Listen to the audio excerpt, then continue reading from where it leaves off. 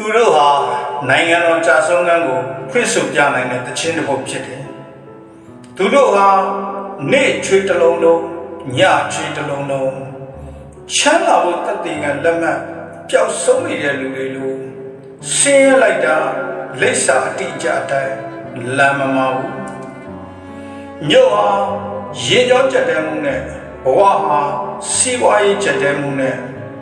အကျိုးစားမညီတဲ့စာဝတ်နေကရာသီဥတုပူတယ်လို့သူတို့ရဲ့စာလောင်မှုဟာကူးစက်ယောဂတစ်မျိုးသာဖြစ်တယ်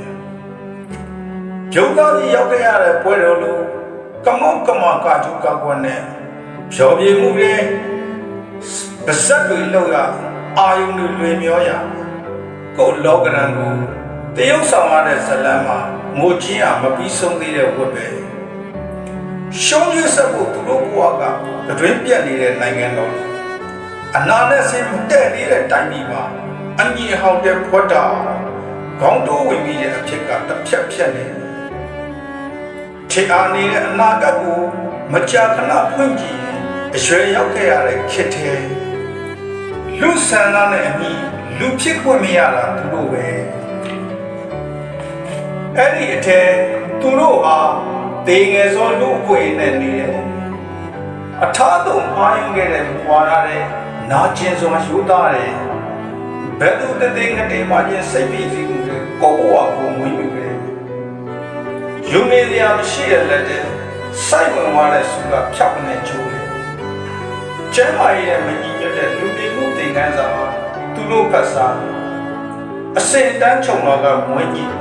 တဆိတ်ရှိအပြစ်ခဏခဏပြောစနစ်မျိုးတဲ့နေဖို့ညစာမှာနုံနေရမောနေရတာ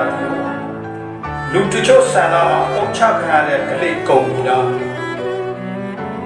လူတဘောအားလူမနှောတဲ့အားထုတ်ဖို့ရေတံပူတဲ့နေတော့ရေတန့်ရေချုပ်ကလည်းနေတော့ချိုးရင်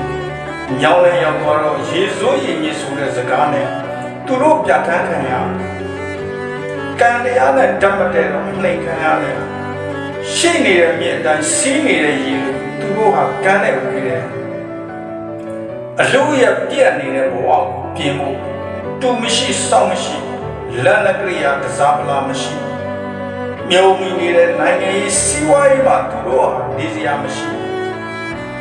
လုံခြုံမှုမရှိတဲ့အိမ်ယာမဲ့စနစ်ကနိုင်ငံတော်ကြာဆုံးကကိုပြဆို